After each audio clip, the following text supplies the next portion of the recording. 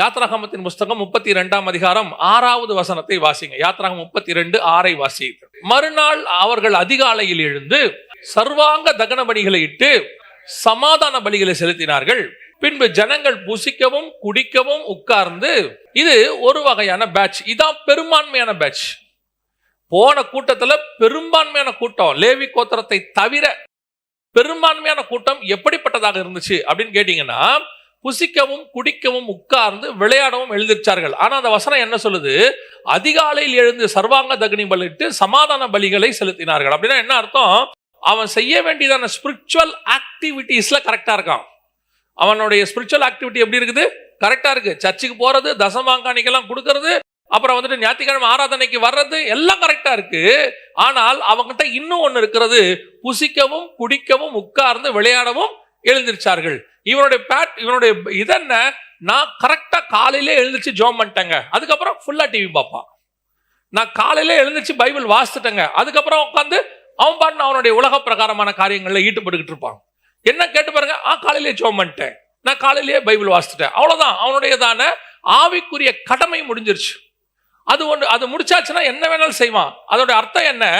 இவன் ரிலிஜியஸ், இவன் ஒரு மத ரீதியான ஆளை ஒழிய ஸ்பிரிச்சுவல் கிடையாது, ஆவிக்குரியவன் கிடையாது, இவனுக்குள்ள மாற்றம் கிடையாது. கானானுக்கு போக வேண்டியவன் வழியில உட்காந்துட்டான்னு இருக்குது வசனம். அவர்கள் புசிக்கவும் குடிக்கவும் உட்கார்ந்து, எதுக்குடா எழுந்திருச்சான்னு பார்த்தா விளையாட எழுந்திருக்கிறான். எழுந்திருச்சவன் கானானுக்காக போறதுக்காக எழுந்திருக்கல, விளையாட எழுந்திருச்சார்கள். பிரயாணப்படுறவன் உட்காரக்கூடாது. ஒரு பெரிய விஷயம் ஆண்டவர் பைபிள்ல போய் பாருங்க. ஆண்டவருக்கு பிடிக்காத ஒரு விஷயம் வழியில படுத்து தூங்குறது. அது ஜெயில தூங்கினாலும் பிடிக்காது, போட்ல தூங்கினாலும் கப்பல்ல தூங்கினாலும் பிடிக்காது, அல்லது சூரச்செடிக்கு கீழே தூங்கினாலும் பிடிக்காது. உடனே ஆளை விட்டு எழுப்பிடுவார் ஆண்டவர். இமிடியேட்டா ஜெயில தூங்கினா தூதனை விட்டு எழுப்பிடுவார் பேதுருவை, அல்லது கப்பல்ல தூங்கினா யோனாவை எழுப்பி விட்டுருவாரு. சூரச்செடிக்கு கீழே தூங்கினா அங்க எலியாவை எழுப்பி விட்டுருவார் தூதனை விட்டு. அவருக்கு பிடிக்காது. அவரோட அர்த்தம் என்ன? அவர் சொல்ற வார்த்தை என்ன? நீ பண்ண வேண்டிய தூரம் வெகு அதிகம், பிரயாணம் தூரம். நாம் ஒரு பிரயாணத்தில் இருக்கிறோம், கானானுடைய பிரயாணத்தில் இருக்கிறோம், பரலோக பிரயாணத்தில் இருக்கிறோம். நடுவுல நாம படுத்து தூங்குறதோ அல்லது விளையாடுறதுக்கோ இங்க நேரம் இல்லை. ஸ்பிரிச்சுவலி இங்க நாம் போய்கொண்டிருக்கிறோம். அதுவும் இந்த காலம் கடைசி காலம், முழுக்க முழுக்க ஸ்பிரிச்சுவலாக மட்டும் திங்க் பண்ண வேண்டிய காலம். காரணம் என்னன்னா, எந்த நிமிஷமும் கர்த்தருடைய வருகை இருக்கும் நம்ம எதிர்பார்க்கிறோம். மர்மமாக வேண்டியவங்க இப்போ உலகத்துக்கு பின்னால போய் உட்காந்துக்கிட்டு புசிக்க குடிக்க ஜாலியா இருந்துகிட்டு கேட்ட பாருங்க, நான்லாம் சர்ச்சுக்கு கரெக்டா போயிடுவேன். அவங்க சொல்றது கரெக்டா சர்ச்சுக்கு போயிடுவேன். ஒரு வாரம் கூட சர்ச்சு நான் மிஸ் பண்ணதில்லை. அதுக்கப்புறம் நீங்க சொல்லி பாருங்க, கிறிஸ்துமஸ்க்கு வந்துருவேன், நியூ இயர்க்கு வந்துருவேன், ஈஸ்டருக்கு வந்துருவேன், எல்லாம் கரெக்டா இருக்குது. அப்புறம் அவ்வளவுதான், வேற என்ன இருக்குது? அவர்களுக்குள்ள அந்த கானானை பத்தின பாரம் இல்லை, அந்த பிரயாணத்தை பத்தின பாரம் இல்லை. ஜாலியா இருக்கான், எப்படி முடியுதுன்னே தெரியாது. வனாந்தரத்துல ஜாலியா இருக்கிறான். பல நேரங்களிலே நாம் போக வேண்டிய டெஸ்டினேஷனுக்கு போயிட்டு தான் மற்ற வேலையை செய்யணும். நடுவில் அப்படியே டைவர்ட் ஆகி மற்ற காரியங்களில் ஈடுபடுறது, அப்படியே போறது. ஸ்பிரிச்சுவலி இது மிகப்பெரிய தப்பு. இன்னைக்கு பிசாசு அந்த காரியத்தை செய்யறான். நீ பண்ண வேண்டிய ஜபத்தை பண்ணிடு, வாசிக்க வேண்டிய பைபிளை வாசித்துரு, போக வேண்டிய சர்ச்சு போயாச்சு. மற்றபடி என்னென்ன செய்ய, என்னென்ன பண்ணணும்? வீடியோ கேம்ஸ் விளையாடணுமா, இல்ல ஃப்ரெண்ட்ஸோட போய் அரட்டடிக்கணுமா, இல்ல உலக பிரகாரம் என்ன பண்ணுமா, அதெல்லாம் செய்ய. என்ன கேளு, நான் கரெக்டா இருக்குங்க சர்ச். இதை வைத்துக்கொண்டு இந்த தப்பை மறைக்கிற கூட்டம் ஒன்று இருக்கிறது. புசிக்கவும் குடிக்கவும், இவங்களுக்கு உலக பிரகாரமான எல்லாத்தையும் செய்யணும். ஆனா இதை செஞ்சு அந்த பைபிள் வாசிக்கிறதையும் ஜெபம் பண்றதையும் சர்ச்சுக்கு போறதையும் ஒரு ஷீல்டு மாதிரி வச்சுப்பாங்க. நீங்க பாஸ்டர் கேட்டு பாருங்க, நாங்களாம் கரெக்டா சர்ச்சுக்கு வரோம். ஆமா, கரெக்டா சர்ச்சுக்கு வரீங்க. வந்து என்ன பண்ணீங்க? என்ன மாற்றம் வந்துச்சு? இந்த வருகையில போறதுக்கோ அல்லது கிறிஸ்துவை சந்திப்பதற்கோ இல்ல உங்களுடைய ஆவிக்குரிய வாழ்க்கையில் இருக்கிற தரிசனத்தை நிறைவேற்றுவதற்கோ நீங்கள் என்ன செய்திருக்கிறீர்கள்? இல்லைங்க, அது வேற. நம்ம வேலையை பார்த்து சம்பாரிச்சு பேர பிள்ளைகளை பார்த்து அவங்களுக்கு கொடுத்து போய் அவங்களுக்கு வச்சுட்டு போய் அது இல்ல. இதான் புசித்து குடித்து விளையாடுதல்.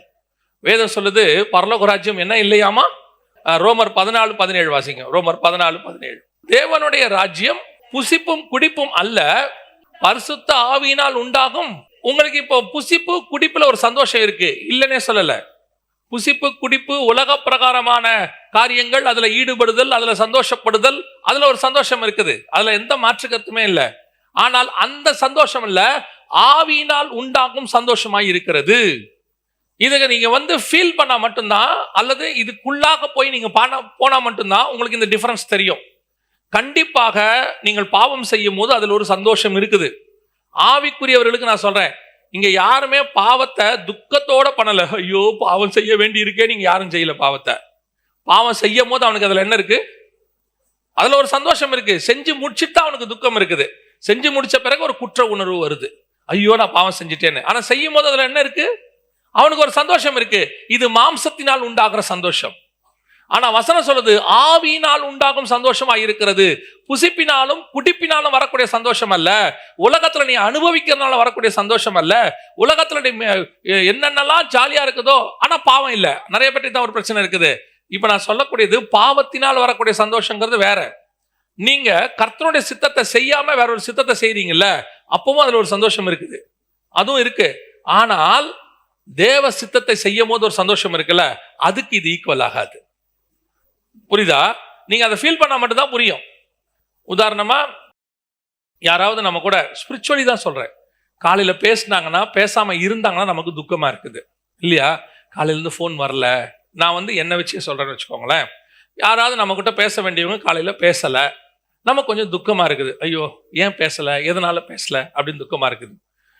ஒரு நாள் அப்படி ஒரு காரியம் நடக்கும்போது காலையில் எழுந்திரிச்சு பைபிள் வாசிக்கும் போது நான் சகரியா புஸ்தகம் வாசிச்சுட்டு இருக்கிறேன். வாசிக்கும் போது அதுல கர்த்தர் இதுவரைக்கும் வாசிக்கும் போது கிடைக்காத ஒரு ரெவலேஷன் ஒன்று அதுல கொடுக்குறாரு.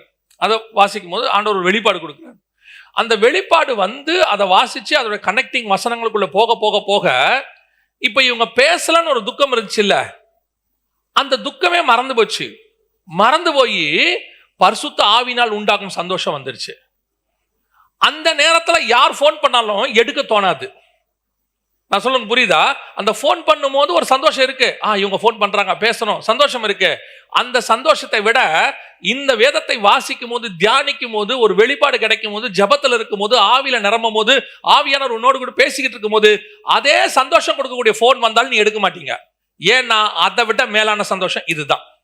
அதுதான் ஆவியினால் உண்டாகிற சந்தோஷம். இந்த சந்தோஷம் இருக்கிறவனுக்கு புசிப்பும் குடிப்பும் சந்தோஷமாக இருக்காது. இந்த சந்தோஷம் இருக்கிறவனுக்கு எழுந்து விளையாடுறது சந்தோஷமாக இருக்காது. இந்த சந்தோஷத்தை அனுபவிக்காதவனுக்கு தான் இது சந்தோஷமா இருக்கும். திருப்பி சொல்றேன், இது பாவம் அல்ல. புசித்து குடிக்கிறது பாவம் அல்ல. ஆனா இதை விட மேலான சந்தோஷத்தை அனுபவிக்க வேண்டிய நீங்கள் அதை அனுபவிக்காமல் இதை சந்தோஷமாக நினைக்கிறீங்கல்ல, அதுதான் பாவமாக மாறுகிறது. கர்த்தர் உங்களுக்கு பரிசுத்த ஆவியினால் உண்டாக்குற சந்தோஷம் இருக்கு. அது எதனால வராது? புசிப்பினாலும் குடிப்பினாலும் வராது. உலக பிரகாரமாக எந்த சந்தோஷத்தினாலும் அந்த சந்தோஷம் உங்களுக்கு வரவே வராது. அது பரிசுத்த ஆவியினால் உண்டாகிற சந்தோஷம். இந்த ஜனங்களிடத்தில் காரணம் என்ன? இவர்கள் அந்த சந்தோஷத்துக்கு போகவே இல்லை. இவங்க பிரயாணத்துக்கு போனவங்க தான், கானானுக்கு போக வேண்டியவங்க தான். வழியில உட்காந்துட்டாங்க. போதும், நல்லா சாப்பிட்டோம், நல்லா குடிச்சோம், நல்ல ஜாலியா. சிலர்லாம் சொல்லுவாங்க பாத்துறீங்களா, ஒரு சில யூத் மீட்டிங் போயிட்டு வந்தா நல்லா டான்ஸ் ஆடி கீடி எல்லாம் முடிச்சுட்டு வரும்போது பயங்கர ஜாலியா இருந்துச்சு இல்ல அப்படிம்பா. இதுல ஒரு சந்தோஷம் இருக்குது தானே, அவனுக்கு அதுல சந்தோஷம் இருக்குல்ல.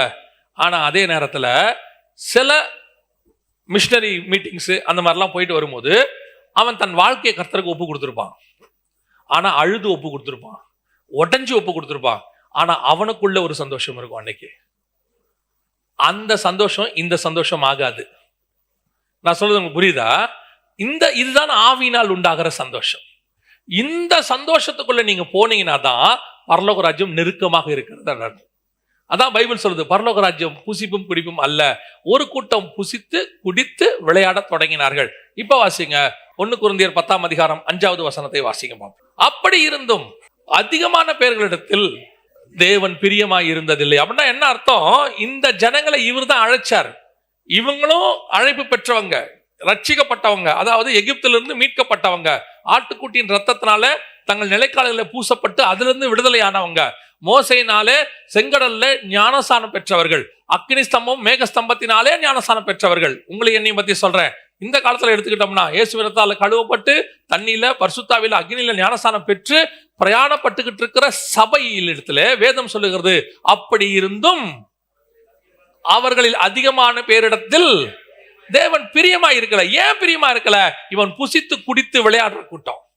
இது அந்த சந்தோஷம் அல்ல. அவர்கள் கொடுக்கிற சந்தோஷம் அநித்தியமானது, இந்த சந்தோஷம் நித்தியமானது. இது கானானுக்குள் கொண்டு போய் சேர்க்கக்கூடியதாக இருக்கிறது. இந்த சந்தோஷத்தை அனுபவிக்கும்படி. அதனால இதை விரும்பாம புசிச்சு குடிச்சு அப்படியே போகிற கூட்டத்தை ஆண்டவர் சொல்றாரு, அநேகர் இடத்துல அவர் பிரியமா இருக்கவில்லை. அவர் அழைச்ச ஜனம்தான், அவர் அபிஷேகிச்சவங்க தான், அவருக்கு அவர் நாமத்துல ஞானஸ்தானம் எடுத்தவங்க தான், அவருக்காக பிரயாணப்படுறவங்க தான். ஆனா வேதம் சொல்லுது, கர்த்தர் என்ன செய்யலையா? பிரியமா இல்ல. நம்ம மேல கர்த்தர் பிரியமா இருக்கிறாரா?